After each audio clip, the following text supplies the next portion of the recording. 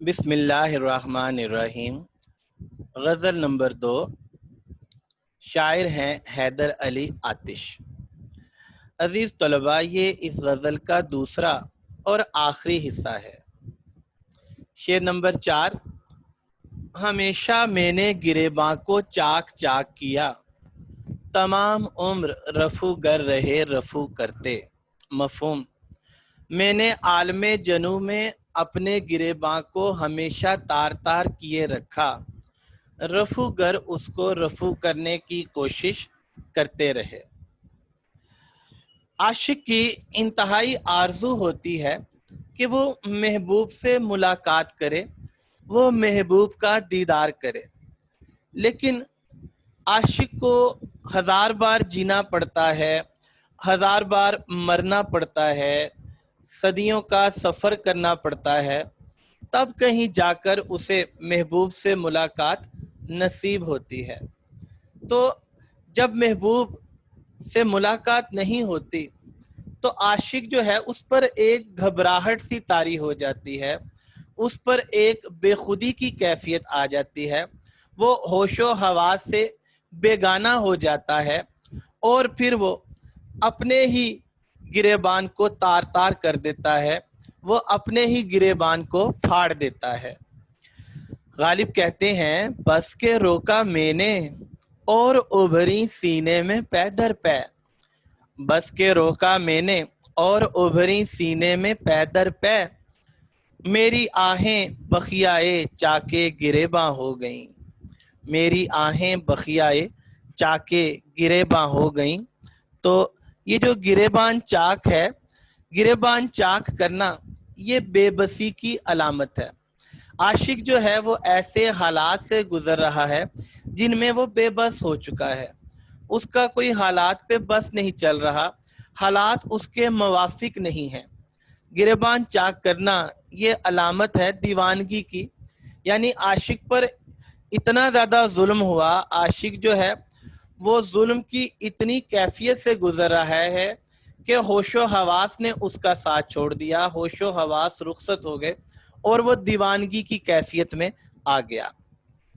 تو شاعر جو ہیں وہ بتاتے ہیں کہ میں نے اپنے گریباں کو ہمیشہ چاک کیا اور پھر رفو گر آتے رہے اور میرے گریبان کو رفو کرتے رہے۔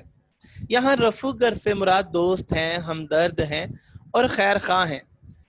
یعنی وہ کہتے ہیں کہ میں اپنے گریبان کو چاک کرتا رہا، رفو گر میرے گریبان کو سیتے رہے اور رخصت ہو جاتے رہے، وہ جب چلے جاتے تو میں پھر دوبارہ گریبان کو پھاڑ دیتا، پھر رفو گر دیکھتے ہو اس کا گریبان تو چاک چاک ہے تو وہ اس کا گریبان سی دیتے، لیکن جیسے ہی رفو گر جاتے عاشق دوبارہ اپنے گریبان کو چاک کر دیتا، رفو گر آتے وہ دوبارہ گریبان کو سی دیتے۔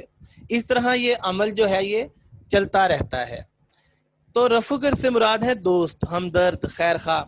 اصل میں جو دوست ہیں، ہمدرد ہیں، یہ عاشق کو تسلی دیتے ہیں، یہ اس کے زخموں پر مرہم رکھنے کی کوشش کرتے ہیں، یہ عاشق کے آنسو پونچھنے کی کوشش کرتے ہیں، اس کو تسلی اور دلاسا دیتے ہیں۔ وقت اچھا بھی آئے گا ناصر، غم نہ کر زندگی پڑی ہے ابھی۔ لیکن عاشق جو ہے اس کا چارہ گر صرف محبوب ہوتا ہے۔ عاشق کی جو حالت بگڑی ہوئی ہے وہ صرف محبوب کے مسکرانے سے، محبوب کے توجہ دینے سے ہی اس کی بگڑی ہوئی حالت جو ہے وہ سنبھل سکتی ہے۔ غالب کہتے ہیں، ابن مریم ہوا کرے کوئی، میرے دکھ کی دوا کرے کوئی۔ تو ٹھیک ہے کہ دوست اپنا کام کر رہے ہیں، لیکن عاشق جو ہے اس کے زخموں پر مرہم جو ہے وہ صرف محبوب ہی لا سکتا ہے۔ شاعر یہ بتانا چاہتے ہیں اس شعر میں کہ جو عاشق ہے وہ بہت زیادہ دکھ اور غم کی کیفیت میں مبتلا ہے، اور اس کے دکھ اور غم کا درما علاج اس کے دوست احباب نہیں کر سکتے۔ شاعر بتانا یہ چاہتا ہے کہ عاشق کے جو دکھ ہیں وہ لا علاج ہیں، ان کا کوئی علاج نہیں۔ زخم جگر پہ کیوں رکھتا ہے تو مرہم، زخم جگر پہ کیوں رکھتا ہے تو مرہم، صحرا کو گلزار بنانا ٹھیک نہیں، صحرا کو گلزار بنانا ٹھیک نہیں۔ آخری شعر، نہ پوچھ عالم برگشتائے طالعی آتش، برستی آگ جو بارہ کی آرزو کرتے۔ عالم برگشتائے طالعی، بد نصیبی کا حال، بارہ بارش۔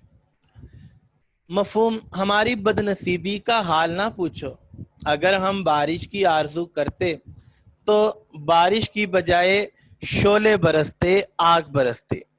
اس شعر میں جو شاعر ہیں وہ اپنی بدقسمتی پر شکوہ کر رہے ہیں اور وہ کہتے ہیں کہ میں بہت ہی زیادہ بدقسمتی سے گزر رہا ہوں، اگر میں بارش کی بھی آرزو کروں، دعا کروں، تمنا کروں تو آسمان سے رحمت کی بارش نہ ہو بلکہ آگ برسے۔